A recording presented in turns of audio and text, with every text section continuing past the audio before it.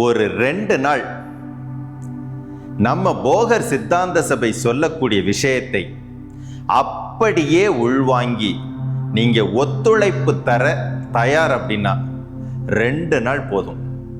அந்த 2 நாள்ல என்னங்க நடந்துரும்? வாழ்க்கையில் இங்க தொடர்ந்து சொல்லுவீங்களே, எதை தொட்டாலும் தோத்து போயிடுறேன், எதை தொட்டாலும் நஷ்டமாயிருது, உடம்புல எப்போ பார்த்தாலும் பிரச்சனை, அதுக்காக ஆஸ்பத்திரி செலவு, குடும்பத்தில் நிம்மதி இல்லை, திருமணம் தடையாகி போகுது, குழந்தை பேர் தள்ளி போகுது, சமூகத்தில் ஒரு அந்தஸ்தோட வாழ முடியல அப்படின்னு குறைப்பட்டு போய் அதுக்குன்னு நீங்கள் பரிகாரமெல்லாம் செஞ்சு மந்திரங்கள்லாம் செஞ்சு அத்தனையிலையும் தோத்து போய் இடிஞ்சு போய் உட்கார்ந்துருப்பீங்களே.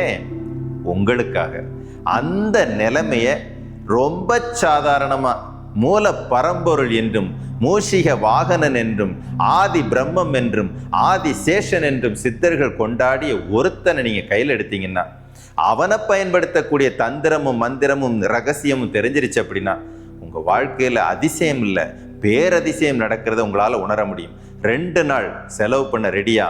நாம சொல்றதை அப்படியே பின்பற்றி ஒத்துழைப்பு கொடுக்க ரெடியா?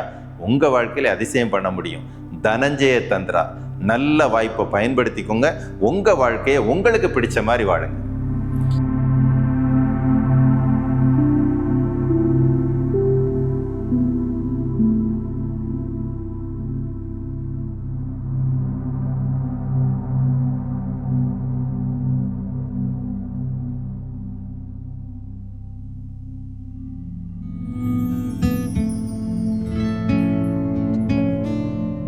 இப்ப இருக்கிற காலகட்டத்தில் பெரும்பாலானவங்க புரிஞ்சுக்கிட்ட விஷயம், அவங்க மனசுல இருக்கிற ஒரு குழப்பமான கேள்வி அப்படின்னு பார்த்தீங்கன்னா, விதியை ஜெயிச்சிட முடியுமா?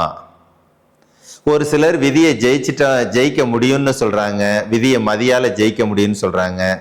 ஒரு சிலர் விதிப்படி தான் வாழ்க்கை அப்படின்னு சொல்றாங்க. சித்தர்கள் விதியை ஜெயிச்சிட்டாங்கன்னு சொல்றாங்க. இப்படி பலரும் பலதரப்பட்ட கருத்தை சொல்றாங்க. ஆனா எது உண்மை, நான் எப்படி புரிஞ்சுக்கிறது, எப்படி அதுல இருந்து வெளியில வர்றதுங்கிற ரகசியம் மட்டும் எனக்கு தெரியல. இப்ப மகாபாரதத்திலிருந்து ஒரு சின்ன எடுத்துக்காட்டு. ஏன்னா நம்ம ஏதாவது விதியை ஜெயிச்சிடலான்னு சொன்னாலோ விதியை ஜெயிக்க முடியாதுன்னு சொன்னாலோ அந்த பக்கத்துல இருந்து எல்லாரும் கிளம்பி வருவீங்க. ஜெயிச்சிடலான்னு சொன்னா முடியாதுன்னு சொல்லிட்டு ஒரு கூட்டம் வருவீங்க. ஜெயிக்க முடியாதுன்னு சொன்னா முடியும்னு சொல்லிட்டு ஒரு கூட்டம் வருவீங்க. அதனால ஒரு எடுத்துக்காட்டோட என் பார்வையில் விதியை ஜெயிச்சிட முடியுமா? உங்க வாழ்க்கையை உங்களுக்கு பிடிச்ச மாதிரி வாழ்ந்துட முடியுமா? ஏன் தலையெழுத்தை மாத்தி என் லைஃபை எனக்கு பிடிச்ச மாதிரி வச்சுக்க முடியுமா? மகாபாரதத்திலிருந்து 2 ஒரு எடுத்துக்காட்டை கையில் எடுக்கிறேன். முதல் எடுத்துக்காட்டு, போர் கௌரவர்களுக்கும் பாண்டவர்களுக்கும் போர் நடக்க போகுது, கன்ஃபார்ம் ஆயிருச்சு. அந்த தேசத்திற்காக ராஜ்யத்திற்காக போர் நடக்க போகுது. 2 தரப்புமே என்ன பண்றாங்க, பகவான் கிருஷ்ணன்ட்ட போய் ஹெல்ப் கேட்கலான்னு போறாங்க. பாண்டவர்கள் சார்பா அர்ஜுனனும் கௌரவர்கள் சார்பா துரியோதனனும் பகவான்கிட்ட உதவி கேட்டு போறாங்க. இப்ப பகவான் என்ன பண்றாரு, நித்திரையில இருக்காரு. அவர் கண்ணு முழிக்கிட்டோன்னு சொல்லிட்டு துரியோதனன் தலை இருக்கக்கூடிய தலை பாகத்திலும் அர்ஜுனன் கால் பாகத்திலுமா உட்கார்ந்துருக்காங்க. எப்படியும் முழிக்கட்டும்னு சொல்லிட்டு. இதுல பாருங்க, அதுல எவ்வளவு பெரிய ஒரு அழகான விஷயத்தை இந்த எழுத்தர் சொல்றாரு பாருங்க, ரைட்டர். ஆணவம் தலையிலும் பணிவு காலிலும் அப்படின்னு சொல்லிட்டு அந்த வார்த்தையை சொல்றாங்க. இப்ப பகவான் கண்ணு முழிச்ச உடனே ஒரு யதார்த்தமா யோசிச்சு பாருங்க, தூங்கி முழிச்ச உடனே நம்ம கண்ணை திறந்து பாக்குறோம்னா முதல்ல தெரியுறது கால் பாகம் தான் தெரியும். அந்த வகையில அர்ஜுனனை பார்த்துட்டு பகவான் கேட்கிறாரு, என்னப்பா அந்த பக்கம் அப்படின்னு. ஐயா, உனக்கு தெரியாது ஒன்றும் இல்லை, இப்போ எங்களுக்கும் அவங்களுக்கும் சண்டை ரெடி ஆயிடுச்சு, அதனால உங்கள்கிட்ட உதவி கேட்டு வந்திருக்கேன். அப்படியா, சரி. கணக்கு வழக்கு இல்லாம படை, பணம், ஆயுதம், மருந்து, படை வீரர்கள், குதிரைப்படை, காலாட்படை என்ன வேணுமோ அது வேணுமா இல்லை நான் வேணுமா, 2ல் எது வேணும்னு கேட்குறாரு. இப்போ அர்ஜுனன் என்ன பண்றாரு, அதெல்லாம் எனக்கு எதுக்குப்பா, நீ இருந்தா போதும், சரி வரேன் போ அப்படின்னு சொல்லிட்டு பெட்டை விட்டு காலை கீழே இறக்கி இந்த பக்கம் திரும்பி பார்த்தா இங்கே துரியோதனன் உட்கார்ந்துருக்காரு. அடடே, நீ வந்திருக்கியா, என்னப்பா விஷயம் அப்படின்னு கேட்கும்போது, கண்ணா உனக்கு தெரியாததில்ல, போர் நடக்க போகுது, எனக்கும் உங்ககிட்ட இருந்து உதவி வேணும். அடடா, 2 ஆப்ஷன் தான், ஒன்று நான் வரணும், இல்லைன்னா என்னுடைய படைகள், படை பலங்கள், ஆயுதங்கள், இந்த மாதிரி இத்தியாதிகள்லாம் வரணும். லட்சக்கணக்கான வீரர்கள் இருக்காங்க, ஆயுதங்கள் இருக்கு, குதிரைப்படை, காலாட்படை எல்லாமே இருக்கு. இப்போ அதுதானே இருக்கு, பரவாயில்ல, அதவே கொடுத்துரு. நல்லா பாருங்க, ஒரு மனிதனுக்கு ஆணவன் தலையில் இருந்துச்சு அப்படின்னா அறிவு வேலை செய்யாது. அந்த நேரத்துல அந்த அந்த கதையை எழுதினவர் சுவாமி சித்பவானந்தர் அதுல ஒரு அழகான வார்த்தை ஒண்ணு சொல்லியிருக்காரு. என்ன சொல்லியிருக்காருன்னா, விதி எப்படி விளையாடுது பாருங்க. விதியை ஜெயிக்கணும்னா இறைவன் கூட இருந்தா போதும். இறைவன் கூட இல்லை அப்படின்னா இத்தனை ஆயுதங்கள், படைகள், பலங்கள் எது இருந்தாலும் உங்களை காப்பாற்ற முடியாது. அதே இறைவன் கூட இருக்காருன்னா இத்தனை ஆயுதங்கள், படை, பலங்கள், படைகள் என்ன வந்தாலும் உங்களை ஒண்ணுமே பண்ண முடியாது அப்படிங்கிற ஒரு வார்த்தையோடு அழகா சொல்லியிருக்காரு. இது ஒரு எடுத்துக்காட்டு. இன்னொரு எடுத்துக்காட்டு, தாயினுடைய கர்ப்பத்துல இருந்து அபிமன்யு என்ன பண்றாரு, அந்த வியூகம், சக்கர வியூகம், அதை எப்படி உடைக்கிறதுங்கிற அதை எப்படி எதிர்கொள்றதுங்கிற அந்த டெக்னிக்கை காதுல வாங்கியே வளர்றாரு. ஒரு கட்டத்துல அந்த சக்கர வியூகத்தை உடைச்சு உள்ள போயிடுறாரு. உள்ள போய் எதிரிகளை அடிச்சு துவம்சம் பண்றாரு. எந்த பக்கத்துல இருந்து என்ன வந்தாலும் அடிச்சு வீசுறாரு. அவர்கிட்ட இருக்கிற ஆயுதங்களை எல்லாம் பறிச்சதுக்கு அப்புறம் கூட கைகளை வச்சே கூட எல்லாத்தையும் அடிச்சு வீசுறாரு. ஒரு கட்டத்துல அவரை அடிச்சு கொன்றுறாங்க அபிமன்யு. இங்கேயும் ஒரு ரகசியம் பாருங்க. இந்த அபிமன்யோட மாமன் யார் அப்படின்னு பாத்தீங்கன்னா பகவான் கிருஷ்ணர், உலகத்தையே காப்பாத்துறவர். இந்த அபிமன்யோட தந்தை யாருன்னு பாத்தீங்கன்னா அர்ஜுனன். இந்த அர்ஜுனன் வில்வித்தையில பராக்கிரமசாலி. அவன் இருந்த இடத்துல இருந்து இந்த உலகத்துல என்ன வேணாலும் யாரை வேணாலும் ஜெயிப்பான். இந்த அபிமன்யோட பெரியப்பா சித்தப்பா எல்லாம் யாருன்னு பாத்தீங்கன்னா ராஜதந்திரிகள், பெரிய பெரிய ஆளு. பெரியப்பா பீமன்லாம் உலகத்தை 2 கையில தூக்குற அளவுக்கு பலசாலின்னு அறியப்பட்டவன். இந்த அபிமன்யோட தாத்தா அவங்க எல்லாம் பாத்தீங்கன்னா இந்திரன், சூரியன் இப்படின்னு சொல்லிட்டு அதோட பட்டியல் நீண்டுகிட்டே போகுது. பாருங்க, இத்தனை பேர் துணைக்கு இருந்தாங்க. ஆனா யாராவது அபிமன்யை காப்பாற்ற முடிஞ்சதா பாருங்க. இப்ப என்னதான் இதுல சொல்ல வர்றோம் அப்படின்னு பாத்தீங்கன்னா, முழுக்க முழுக்க ஒரே விஷயம்தான். ஒன்றை விதிப்பதற்கு முன்னால் எச்சரிக்கை தேவை. அதுக்கு பேர் தான் விதின்னு பேரு. விதி, கமாண்டிங் வேர்டு. இதை விதி, தண்டனை விதி அப்படின்னு சொல்லிட்டு எனக்கு தேவையானதை நானே விதித்து கொண்டேன். விதி அப்படின்னா விதி, உனக்கு என்ன வேணும்னு நீயே முடிவு பண்ணு. அது நானா இருக்கலாம், என் முன்னோர்களா இருக்கலாம். ஏதோ ஒன்றை எனக்கு தேவையானதை நான் விதித்து கொண்டேன், விதைத்து கொண்டேன். அதான் உண்மை. நல்லதா இருக்கலாம், கெட்டதா இருக்கலாம். எனக்கு நாளைக்கு என்ன நடக்க போகுதுங்கிறத நான் இன்னைக்கே விதைக்கிறேன்னு அர்த்தம். விதி. அப்படி விதைச்சாச்சுன்னா அதற்கான பலனை நம்ம அனுபவிச்சுதான் ஆகணும். அது யாரும் தடுக்க முடியாது. பகவானே நினைச்சாலும் தடுக்க முடியாது. ஆனா விதிக்கும் இடத்தில், அதான் ரொம்ப கவனிக்க வேண்டிய ஒண்ணு.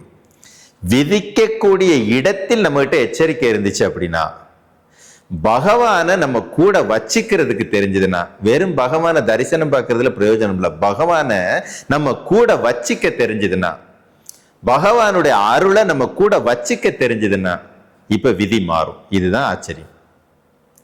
இப்ப பாருங்க, பகவானை கூட வச்சுக்கிறதுனா என்னங்க பண்றது? அங்கதான் சரணாகதி நிலை வருது. அப்ப நானும் தாங்க சரணாகதி அடைகிறேன். சிவபெருமான்கிட்ட சரணாகதி அடைஞ்சிட்டேன், பெருமாள்கிட்ட சரணாகதி அடைஞ்சிட்டேன், சரணாகதியை நானும் தான் அடைஞ்சிட்டேன், எனக்கு எல்லாமே அவர்துன்னு சரணாகதி அடைஞ்சிட்டேன். ஆனாலும் என் வாழ்க்கையில மாற்றம் வரலையேன்ட்டா, இங்கதாங்க தமிழை புரிஞ்சுக்கணும். சரணாகதினா முதல்ல என்னன்னு தெரியணும். சரண் அப்படின்னா அடிபணிகிறது, ஆ அப்படின்னா பசு, இறைவன், ஜோதி, காற்று, தனஞ்சயன், ஆ கதி அப்படின்னா அதற்கான அளவு, பயன்படுத்தக்கூடிய விதம். இறைவனை பயன்படுத்தக்கூடிய அந்த சுவாசத்திடம் சரணடைந்து விட்டால் அதுக்கு பேர் தான் சரணாகதி. சரண் ஆகதி. இறைவனை பயன்படுத்தக்கூடிய சுவாச முறையை அறிந்து அதை பயன்படுத்தினால் இறைவன் நம் வசமாவான். அப்பொழுது விதி மாறும். இங்கதான் விதியை மதியால் வெல்லலாம். மதினா சந்திரன், சந்திரன்னா இடது சுவாசம், சூரியன்னா வலது சுவாசம். சரசாஸ்திரத்திலே என்ன சொல்லுது அப்படின்னா, இடது பக்கமாக ஓடக்கூடிய சுவாசமானது என் வாழ்க்கையில தொடர்ந்து எனக்கு நடக்கணும்னு ஆசைப்படக்கூடிய விஷயங்களை எல்லாம் நடத்திக்கிறதுக்கு இடது பக்க சுவாசத்தை பயன்படுத்துங்க.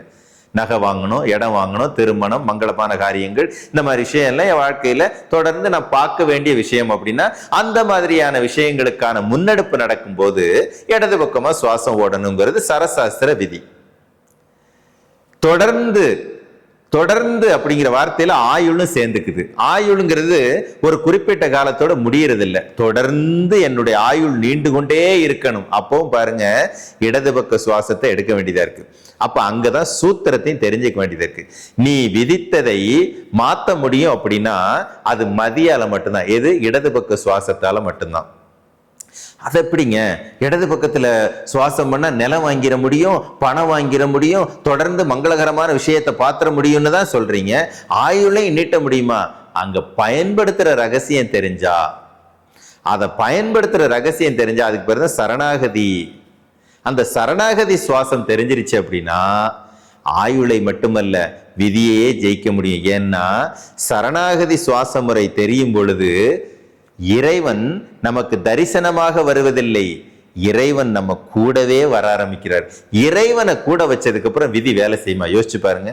இங்க ரெண்டே வாய்ப்பு தான். ஒண்ணு, இறைவன் நம்ம கூட இல்லாம தனியா நின்று செயல்படுறார், இல்ல நம்ம கூட இருந்து செயல்படுறார். தனியா நின்று செயல்படும் போது உங்க விதிப்படிதான் உங்க வாழ்க்கை, மாத்தவே முடியாது. ஆனா கூட இருந்து வழிநடத்தும் பொழுது இறைவனே கூட வர்றாருன்னா விதி கூட வழிவிட்டு உங்களை பயணப்பட அனுமதிக்கும். அதாங்க ஆச்சரியம். நல்லா யோசிச்சு பாருங்க. ஒரே ஒரு வித்தியாசம்தான், விதியை ஜெயிக்கவே முடியாது. அதுக்கு எடுத்துக்காட்டு என்னங்க? நம்ம தான் வாழ்ந்துகிட்டே இருக்கிறோம், திடீர்னு ஒரு நாள் செத்து போயிடுறோம், பணத்தை தூக்கி தூர போட்டுடுறாங்க. விதியை ஜெயிச்சிட முடியும். என்ன எடுத்துக்காட்டு? சித்தர் பெருமக்கள் எத்தனை கல்ப காலங்கள் கல்ப தேகமாக வாழ்ந்துகிட்டே இருக்கிறாங்களே, அது எடுத்துக்காட்டு இல்லையா? அப்ப அவங்க என்ன பயன்படுத்தினாங்க, நாம என்ன பயன்படுத்த மறந்தோம். நல்லா கவனிச்சு பாருங்க. இந்த கையாலாகாத தனம் சொல்லுவாங்க, இயலாமை, முடியலைன்னு வந்தா நாம சொல்ற வார்த்தை என்ன தெரியுமா? விதியை ஜெயிக்க முடியாது, விதியை ஜெயிக்க முடியாது. அப்புறம் 120 வருஷம் ஒரு மனுஷனோட ஆயுள் காலம்.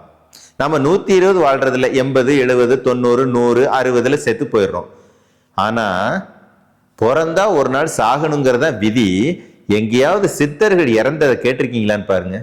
சித்தர்களுக்கு இறப்பு வந்ததா பார்த்திருக்கீங்களா பாருங்க. என்னங்க பிரச்சனை? அப்ப அவங்க என்ன டெக்னிக் அப்ளை பண்ணாங்க, என்ன புரிஞ்சுக்கிட்டாங்க நமக்கு தெரியல. சித்தர்கள் பயன்படுத்தினதா சொல்லப்பட்ட வாசி யோகம், குண்டலினி யோகம், தியானம், இது இன்னைக்கு யாருக்கு தெரியலங்கிறீங்க? ஆனா யாராவது மரணத்தை ஜெயிச்ச மாதிரி உங்களால அடையாளம் காட்ட முடியுதா? என்னமோ ஒண்ணு நாம தெரிஞ்சிக்காம கொஞ்சம் தள்ளி போய்கிட்டே இருக்கும், தவறிக்கிட்டே இருக்கிறோம். அது என்னன்னு தேடுங்க. என்னங்க விதியை ஜெயிக்க முடியாது ஜெயிக்க முடியாதுன்னே உட்கார்ந்துட முடியுமா? அப்படி உட்கார்ந்துருந்தா போகரோ, அகத்தியரோ, திருமூலரும் அந்த மாதிரி விதியை ஜெயிச்சு மரணத்தை ஜெயிச்சு வாழ்ந்திருப்பாங்களா? யோசிச்சு பாருங்க.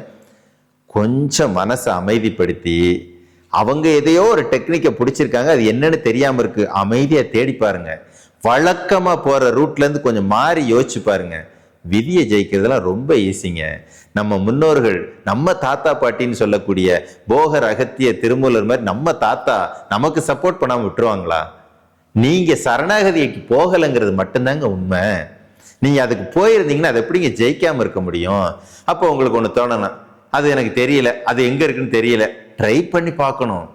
ட்ரை பண்ணி தோத்து போறது வேற, ட்ரை பண்ணாமலே தோத்துக்கிட்டே இருக்குன்னு சொல்றது வேற.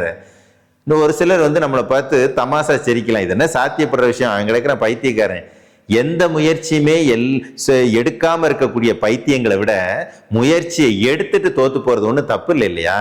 மரணத்தை ஜெயிக்கிறதுக்கு நான் ஒரு முயற்சி எடுத்தேன், எடுத்துட்டு சாவு வந்தா பிரச்சனை இல்லைங்க, எடுக்காம சாவு எதிர்கொள்றதாங்க தப்புங்கிறேன் நானு.